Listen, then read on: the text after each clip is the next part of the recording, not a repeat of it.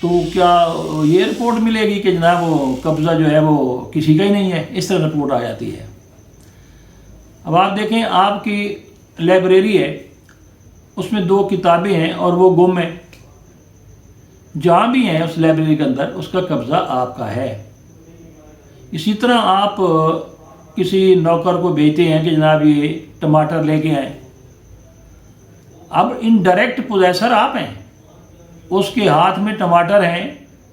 تو قبضہ آپ کا انڈائریکٹ پوزیسر آپ ہی ہیں۔ اگر اس نے اس دوران کوئی مسئلہ کیا یا کوئی گڑبڑیشن کی سپوز، تو پوزیسر آپ ہی ہیں۔ اسی طرح ایجنٹ ہوتا ہے تو پوزیسر آپ ہوتے ہیں۔ اب کیونکہ میرا مقصد صرف آپ کو تھا کہ پوزیشن کس طرح لیا جائے، تو یہ پھر لیکچر میرا آپ اگر سننا چاہیں تو وہ پوزیشن کا میں نے فل ڈیٹیل میں جب جورسپروڈنس میں پڑھا رہا تھا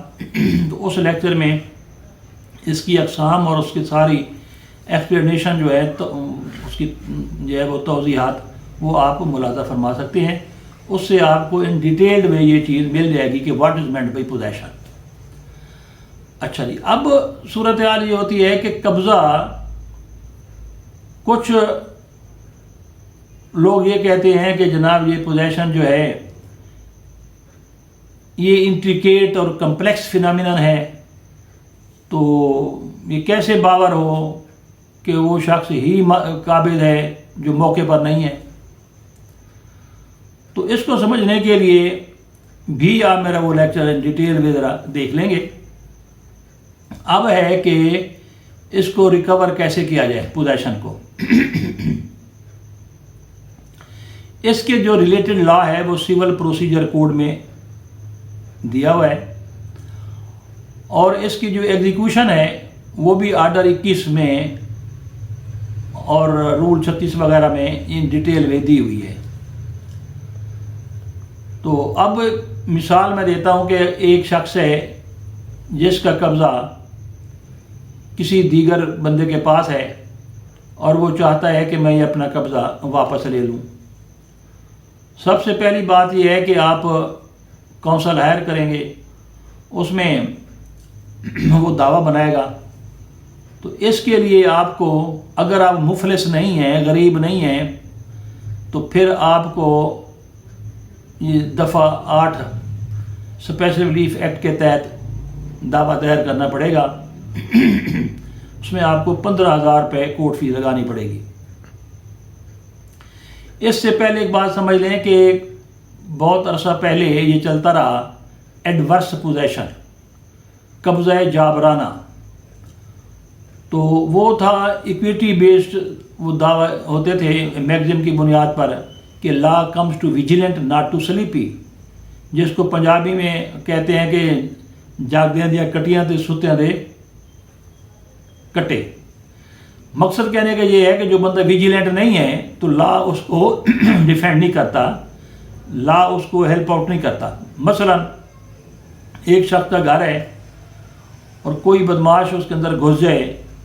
اور وہ 12 سال تک پوزیسر رہے، جو ریئل آنر ہے وہ نہ تو شور مچائے، نہ کوئی ایف آئی آر ہو، نہ کوئی وہ قبضے کا دعویٰ ہو، کہیں پر بھی کچھ نہ ہو۔ In other word of he remains mum over the issue in question, اور وہ خاموش ہی رہے، تو 12 سال بعد جو ہے اس بنیاد پر دعویٰ جات ہوتے رہے ہیں، جو اس کو بدماشی کہہ لیں آپ، جو بھی نام دے دیں، وہ اسی طرح آ کے عدالت میں دعویٰ دائر کرتے تھے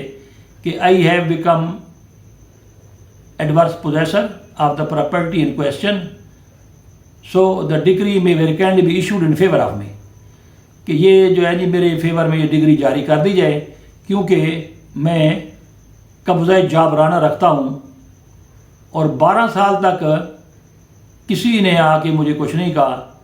تو میرا پوزیشن پیسفل ہے۔ تو اس بنیاد پر عدالتیں دعویٰ ڈگری کرتی رہی ہیں اور اس کی ایگزیکیوشن پٹیشن بھی دائر ہوتی رہی ہیں اور وغیرہ وغیرہ، اسی طرح یہ سلسلہ چلتا رہا ہے۔ اب مگر سپریم کورٹ آف پاکستان نے اس پر شاید پابندی لگائی اور بند کر دیا ہے، اور کچھ ان لوگوں نے کہا کہ ان اسلامک ہے، ایک شخص ہے اس کی پراپرٹی ہے چاہے 1000 سال ہو جائے، یہ کیا بات ہے کہ کوئی شخص جناب کلانشی کو لے کے آ جائے اور قبضہ کر لے اور پھر کہے جناب کہ میں ایڈورس پوزیسر ہوں، تو آن دی بیسس آف دیٹ وہ مالک بن جائے۔ تو کچھ کیونکہ کباتیں ہوتی ہیں لا میں، سب سے اصل میں پنش کرنا ہوتا ہے جو انڈولنٹ بیہیویئر ہوتا ہے، لیتھارجک ایٹیچیوڈ ہوتا ہے کہ ایک بندہ مدر پدر آزاد اور بالکل اس طرح پھر رہا ہے کہ اس کو اتنی پرواہ نہیں ہے کہ اس کی کوٹھی پر قبضہ کسی نے کیا ہے، گھر پر قبضہ کیا ہے، زمین پر کیا ہے، تو کچھ بھی نہ کہے،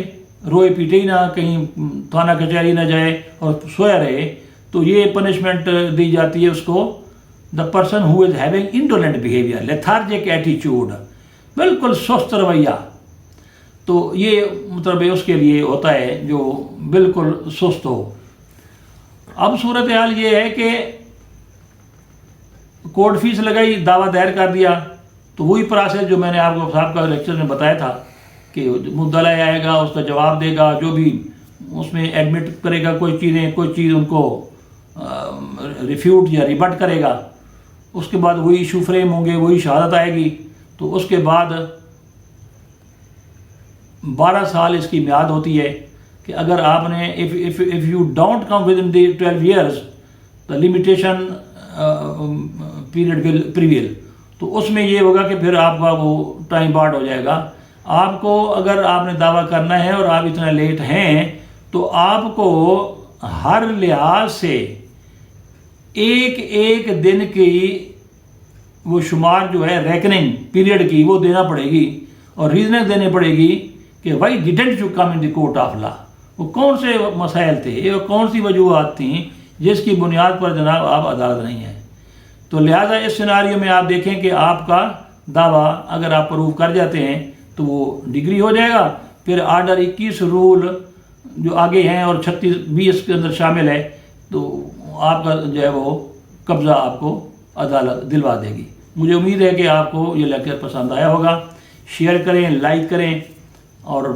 ہیلپ آؤٹ کریں اگر اس میں کوئی سلسلہ آپ سمجھتے ہیں کہ رہنمائی والا ہے۔ Thank you so much.